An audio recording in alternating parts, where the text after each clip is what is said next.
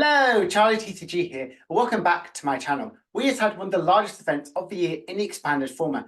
Over 200 players were competing in the free-to-play event where Paradox Rift was finally legal, and oh boy was this exciting. So many new archetypes were born, and also so many established archetypes became much stronger with the release of Paradox Rift. So in today's video, we're going to break down what happened at the event, the kind of run up to it, the day one, the day two meta percentage wise, top 8, and some exciting archetypes as well.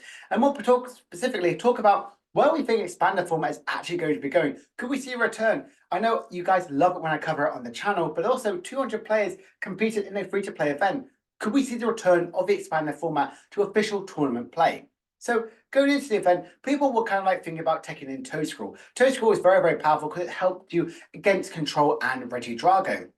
I think that's just one of the strongest ones to kind of play around at one. Something like some Lucamine, VS Seeker, there is so many ways that Toe Scroll can absolutely slow down any of your opponent's side of the board. And also want to talk about what version of Lugia would be the best. Dragons was obviously the best way to play it. It won at the start of the year in the expanded tournament, but also Paradox ones like Roy Moon and Iron Hands became very, very strong and a very good contender for how Lugia could evolve. And also, has the format changed at all since the last large event? Lugia and Control absolutely dominated over there in Japan at the start of January time, but would it have changed at all? So in today's video, we're going to break down exactly what happened there and did it actually change? Is Lugia and Control still one of the strongest archetypes? So the tournament structure, like I said, there was over 200 players, 224 players, which was a very, very good number. And honestly, that's bigger than some events which we've had actually legal since post-COVID, which honestly is very exciting to see, especially in expanded format. There were 6 rounds day one, where 4 wins would advance. So 12 points and up, you would make it to day two. Day two consisted of 4 rounds, and the highest placing people got to compete in top 8 on day 3. This was a very, very good sort of structure as well here. I really like how it felt like it was a proper big event. 3 days of tournaments if you're doing well. Honestly, very, very exciting. I kind of wish I would have go to there, but that's in America and I live in the UK. So look at the day one meta percentage wise, and look how diverse and interesting it is. Besides the other category taking up nearly 30%, Reg Draco and Lugia were tied up there being 8%. Mew did very, very well by being 6.7. Palkia did really well being 6.2. Maridon, Shadow Rider, Turbo, Meloetta, and Roy Moon all did very, very well. But also some already established archetypes do very well in our format, like Gardevoir and Charizard did really, really well as well. Lost Zone Box isn't as powerful in expanded format, but still did pretty okay. Woolstall, like Control, did pretty okay as well. And also like Serena. I love Serena. It's a very, very powerful beat stick, basic Pokemon, which honestly is very, very strong. What I like about this day one meta-wise is there was some new decks that kind of like birthed out from the new format, which we haven't seen in a while, like some Charizard, also the likes of Roy Moon, but also we're seeing some very established archetypes in the standard format. Mew, Maridon, Charizard, Gardevoir, these decks we already know do really well in standard. Seeing how well they translate over to expanded format, people definitely kind of like focus on that one. Maybe some people just played their regular sort of standard build, added a couple of expanded sort of cards into it, all of a sudden, bingo, bango, bongo, you have a really good, very, very powerful archetype. What I love about this one, Reg Draco box is actually very, very, very powerful. Dragon is so good in expanded form with double Dragon energy, special charge, plus a ton of really good supporting Pokemon, like some Mega Rayquaza EX, which can do 300 damage. That's no easy fight to try and get a big one-hit KO back as well. Lugia with the likes of Wally and so many different ways around there. You can pretty much get out your summoning star out as early as turn 1, even if you go second, which honestly is super, super scary. I love everything else in this metagame. It's so different. And if we just look at the translation to go into day 2, we can see that it definitely shifted just a little bit. Roy Moon just jumped up to 3rd place, but Reg Draco and Lugia were set up there being one of the strongest archetypes. Maridon Palkia is definitely very, very powerful as well. Same thing with Shadow Rider. But also the likes of Woolstall definitely increasing its value as well. And Archus and Dragonite really kind of came in as well. What I like about it, we still saw some new archetypes as well. Like Dragonite and Serena still doing pretty well. We already knew these decks were very, very strong in the early sort of expanded sort of metagame, but seeing them still do well, it's really good to see. And the other definitely shrunk a little bit to be 26%. I really love how this day 2 metagame actually feels like it has evolved a bit. We're not seeing like a high 15, high 20% of the metagame, which is what we were kind of like predicting it when it saw like the Lugia when we first got into the expanded format. We're seeing it changing. We're seeing it evolve. We're seeing everything's about an even playing field because it's so exciting and so different in expanded format as compared to the standard one, which is one thing I absolutely love. And if we just look at the results, we saw Palkia ended up winning. Woohoo! One of my favorite archives in the expanded format actually getting a win was absolutely ecstatic to see. I was so excited when I saw going into the day 3, the top 8 placement, there were 2 Palkies into it. So I had my fingers crossed. Second place was a Vileplume control lock, which I'm really excited to kind of cover about it. Having that toe screw as well, but also having the likes of other Vileplume, other Magnezone, and Bunnelby to really slow down your opponent and milk them out slowly by making sure they play no item cards as well.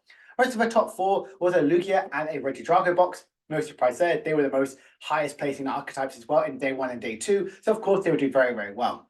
And rounding up top 8, we got an Archus, another Palkia, a Wolfstool, and another Lugia. So already a very diverse top 8. Really excited to see how this kind of translates into it, talking about what Paradox deck Rift or archetypes really did make a big showing with it. So if we look at the winning list here, we see Palkia, absolutely incredible, with a 2-2 line of Toe Scroll. I mentioned this Toe Scroll before, I mentioned it a lot as well, but why are people playing that Toe Scroll? Like I mentioned before, it shuts off the likes of Reg Draco and Lusamine. Very, very powerful card as well. Slowing down the opponent that way is just very, very easy. But also slows down a few other cards. It stops the likes of Rescue Stretcher, goes straight into your hand. Also stops the likes of VS Seeker. Stops the likes of Dowsing Machine. Stops so many cards from like going from your opponent's discard pile into the hand. So slowing that down as much as possible is just super, super powerful. And honestly, I absolutely love that effect. I think adding that Karen into the deck as well, really, people really fretted that, oh, I don't want to use my Rescue Scratcher. I can use a Karen, put them into the deck, and then use like some Quick Point Ultra to kind of fish them out. Rest of this list is very, very easy. I like the the Cragano, the Tapu Fini, the Greninja. There are so many really strong cards in this deck as well. I think it's really, really powerful. I love how good Palkia really is. Totally, I think this is the best way to play Palkia. You're playing Skyfield, you're having a huge bench anyway. So having that Total really helps you have that niche sort of situation. The Muscle Band as well helps you get to 280 damage very, very easily, KOing anything as well, not just GX or EXs or V-Stars. I think it's very, very powerful. I love Palkia right now here. You can see here that you're not playing the likes of Aqua Patch because you have Melanie, you have Star Portal. You have so many ways of edge accelerating it. You don't need to rely on Aqua Patches. Palkia, very, very happy it did well. Can't get rid of the Sheehan Power, but it doesn't really need that because you do have Starmie, which is obviously much, much stronger. Draft Rate to really help with some controlling matchups as well. Yeah, Palkia, very, very strong. Potentially could be a clear BDIF. But talking about second place, this control archetype, it's super, super interesting. Obviously, it plays 2 of the Vileplumes, which have had very good sort of play as well, not being affected by basic Pokemon, but there's also having the Vileplume, which shuts your opponent's shut some item cards in general from everyone. Also the Magzos, so you can play double supporters. You have the Total to shut down any of your opponent from getting utilized likes of Lusamine, control matchups as well as also VS Seekers, as well as also about Dusclops as well, which is also very, very powerful. I believe it does put some extra energies your opponent has to use to do some attack. And Bunnelby as well to kind of like utilize all your support Pokemon, utilize some cards from your deck, as well as also discarding it. This is a very, very interesting control archetype. We haven't seen this sort of creativity in such a long time. And I love this as well because this was a brand new archetype. I haven't seen any talking or words about this control deck. I haven't seen it kind of being played as much as possible. But this one here, very, very exciting to see control actually do well. There is a ton of good destructive supporter in this one here. Not a ton of item cards because you're shutting it off with the likes of Vileplume. Very, very powerful, very, very scary. The TM evolution, trying to get it out there as early as turn 2. Very, very, very nice. I love this archetype. I love that this deck kind of came second place. Obviously, I would hate to play against it and actually play it, but I'm very excited to see it. I'm very love it when we see expanded format really do change. And we look at the summer top 4, we saw this Lugia Arch with dragons. Yes, the Dragon Bill is actually the one which placed the highest placing archetype. But I actually won because the Paradox Rift actually got top 8. But seeing that 2 different versions of Lugia's got into it was very, very good. It's not like when the expanded tournament where 3 of the top 4s were Lugia. So seeing this one here, it didn't really gain a ton of sort of new cards from the Paradox Rift format, but it's still the classic sort of format here. You play your 2-2 line of Lugia, you try and get Wally out if you're going second, get your Archeops in discard pile with likes of Battle Compressor, then all of a sudden you've got a turn 2 Summoning Star, you can use likes of Raichu to do some bench sniping, Garchomp to also do bench sniping, Hooper, and the Giratina Garchomp tag team do a huge amount of damage anywhere and board wipe your opponent's sort of active field. I like how we're going back to playing Rainbow Energy and Aurora, so you can have these other attacking options like Raikou, like Sakataka, like Hooper. Sakataka really helps you in that Maridon matchup and also just hitting that Pokemon very, very hard. I really, really like about it. Still like the Silent Lab as well, slowing down loads of your opponent's abilities, but also not really slowing down your Archeops is very, very good. Also, shuts up Wobbuffet.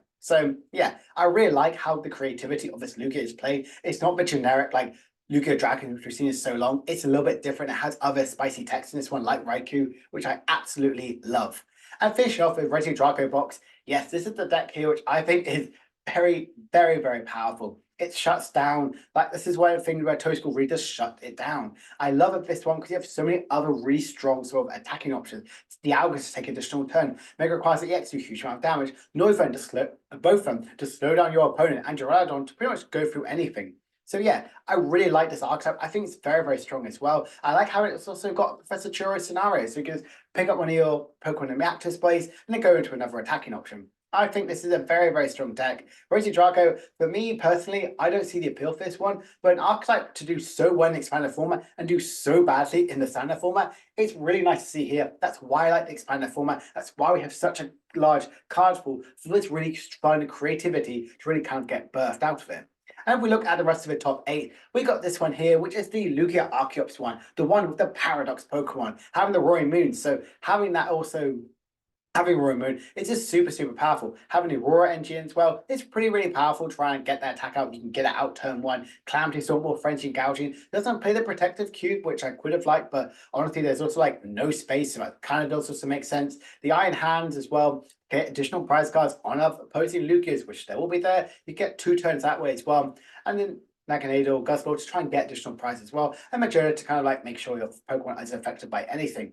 I think this is a very, very fun deck. I think Lugia, I like seeing this. Finally, we're seeing a different creativity of Lugia. It was one stage where it was the most dominant archetype, standard and expanded. Right now, we're not seeing that, but also we're seeing creativity. There are 2 different ways to play Lugia, similar how we have 2 different versions to play Lugia in standard as well.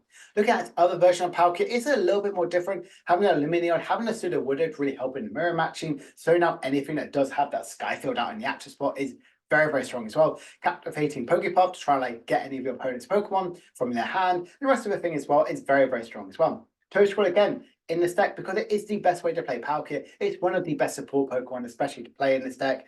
Very slowing down your opponent, which is just super, super good.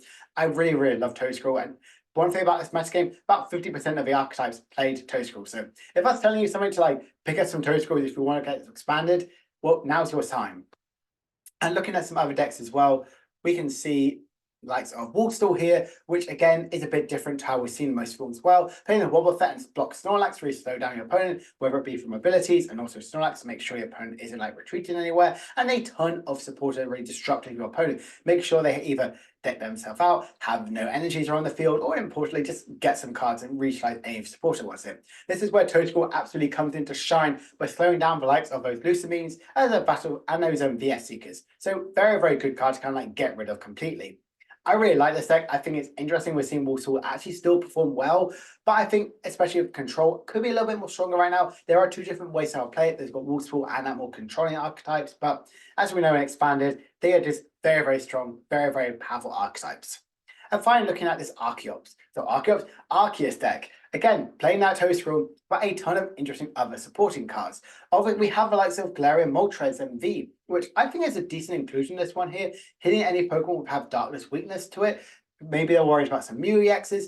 Maybe they're worried about some other sort of ways as well. Moltres is a very good other attacking option as well, so it's pretty good as well. And Toad, I love. We haven't seen this card in a long time, but attacking that into it, especially if you're going like second, it's really, really good. Throwing your opponent by chucking in 1 Quaking Punch, only doing like 30 damage, maybe even 50 if you've got Muscle Band attached to it, and a Path to Peak in play. But slowing down your opponent that way is still very, very powerful. You can take your time to set up because with Arceus, you can use triple acceleration energy, attach it to your Arceus V-Star, it's involved Pokemon. All of a sudden, you've now got those 3 energies you need to do, get a quick attack off it, it gets a Scarlet, but you can energy accelerate to your Arceus as well. So having that like grass energy as well, so you can attack with that Toedscroll. There are so many ways in this deck which you can get attacking options, very disruptive as well with the Crushing Hammers, Enhanced Hammers, and some supporter cards as well. Very, very interesting. I kind of like this deck here. It's very nice to see an Arceus deck actually perform well and not do well just in standard. I don't know how popular this might potentially be going forward, but I think it's a really good inclusion as well. So the takeaways, should Toad be in every deck? It was in 50% of the top 8 deck. it slowed down lots of these archetypes. If we look at them, 3 of the archetypes which actually did well focus on that toadstool sort of affecting their sort of side of the board. So it already did do a huge amount of showing into it one. Will this affect the wider meta? As we know, this is only just happening in North America, but will this affect the meta in Japan? Will this affect the meta around in Europe? Will people actually look at this and go, huh, maybe Expanded will be a fun one to try out with? It shows most importantly, it shows people still love this format. A lot of people said, oh, Expanded isn't fun. Oh, I don't like playing Expanded anymore because X, Y, and Z. But honestly, this is showing that people love it. It's so creative because, yes, I know there are certain like strong archetypes going into this one, like the likes of Palkia Toad and also Lugia. But I think this showing this one, it shows that there is a ton of creativity and this format has still got so much more to give. But right now, I will look at some other fun archetypes as well. Look at this Dragonite, which got top 16, actually just got 9th, which is very, very interesting as well. You play ADP, so your Dragonite can now do 280 damage and take additional prize cards. So that's very, very scary. How can this get energy accelerated quickly? Well, you have Max Elixir, and you have ADP, and you have Double Dragon. So this Dragonite is easy to go very, very early on, especially if you're going second. You play so many cards around this one. I think it's so exciting, so interesting to see this version of Dragonite. You go super fast, super aggressive. ADP try to speed up your turn just a little bit. We only have to take 2 KOs, so you can win in 3 turns. So this Dragonite deck is very, very scary. Potentially could be something to keep you on radar if you want to have a very fast, aggressive deck in the expanded format. But if you want another very fast one, this Raichu deck did very well. Yes, Raichu, an archetype which a lot of people kind of looked at when we saw Reversal Energy, went, aha, I want to play this in expanded format because I can play it very, very well, use this first attack here, and instantly win as early as going like second. And what you do about this one, you play Electro GX, you set quite a lot of them up, and then you like discard them in play, attach a ton of energies from them from a discard pile into your Pokemon in play, and also you just win that way. It's very, very fast, very, very aggressive deck. You pretty much try and win turn 2 by doing a ton of damage because it does the amount of energy you discard from Raichu to any of your opponents you have in play. That's why you play a 1-2 split of Raichu. You're only ever going to get in 1 attack. It's fun, it's silly, it's kooky, it's expanded, and it's exactly why I love this one. And it actually be over 200 players to get into that top 16 position. Another one is Maridon. Yes, Maridon is still doing very, very well in the expanded format one. It played Iron Hand this one, which is still very, very strong as well. But also it plays some Tapu Koko GX, a very strong other attacking option, and Vikavolt V, which can really slow down your opponent by making sure that item locks. You'd play Electric Power, Electric Generator, and Flapping, and Counter Gain, and Thunder Mountain. So there's a ton of energy manipulation to do as much damage as possible. I love this deck. I think it's very, very strong as well. Speed Lightning for draw factor, Parallelity for disruption. There are just so many good cards as well. And you probably already have a ton of these cards already, whether they've already been rotated or just beforehand. So I do think that Maridon is very, very good as well. Very easy deck to pick up to an expanded format. I honestly think you have a ton of fun with Maridon. Another one which I was so excited and I generally was screaming so loud when I saw this one is Rory Moon actually did well and got a top 32 placement. It played a ton of Darkrai, which I love this one. You're playing every different version of Darkrai. You're playing Darkrai V, Darkrai GX and Darkrai EX, a really good like dark click one of the best and my favorite card ever printed, this Darkrai EX. I absolutely love it, and it's honestly so aggressive and so fast. You have 4 Dark Patch and 4 Max Elixir. You're getting that turn 1 Roy Moon out very, very easily on.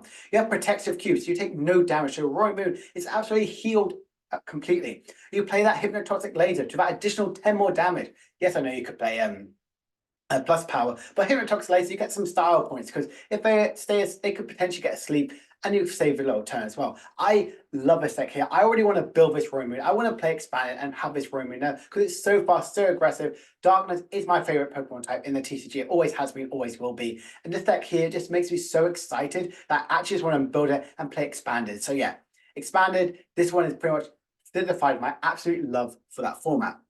And kind of finish off Shadow Rider, an archetype which did very, very well, kind of slowed down quite a bit because it kind of like didn't get, kind of outpaced a bit. But honestly, this Shadow Rider is very, very powerful. You play a 1-1 line of Banette, so you have some item lock capability. You have Gengar Mimikyu to slow down your opponent by making sure you're not playing anything. You have to have Radiant Eternities to kind of get your Shadow Riders out very early on. And then you just play a ton of energies, Ace Rose to pick up your Pokemon, and all of a sudden just constantly trying to save all your Shadow Riders. It's a very fun, very exciting deck. It didn't really gain too many cards from the likes of Paradox Rift format, but I thought at least cover it overall. So looking ahead, Paradox Rift has changed the meta for the better. It might be the first time we've actually seen a healthy looking expanded format. We've seen a ton of change, a ton of new archetypes, and honestly, it's definitely for the better. Toadstool is so healthy for the game. It's kind of making me think, did creatures print Toadstool in Paradox Rift for the standard format, or more importantly, the expanded format? Like, will they actually keep an eye on one? Because it's making me think they actually did. And will we see much larger tournaments? We saw 224 players wanted to play expanded. I've got thousands of views of people watching expanded content. So people are still enjoying it. People are loving the expanded format. So could we actually see it return? I'm hoping we get a release for official tournament play. So I do really hope that does actually happen. So I hope you guys have enjoyed this video. And if you have, please make sure to like and subscribe. Comment down below, what is your favorite expanded deck right now? For me, it's still Palkia Toad, but Roaring Moon just made me actually excited, actually wanting to play expanded format again, because it is just that exciting. And Lugia is finally been dethroned, so I really, really love that. So if you enjoyed the video, like, subscribe, comment down below what your favorite expanded deck is right now, and I'll see you guys later. Bye for now.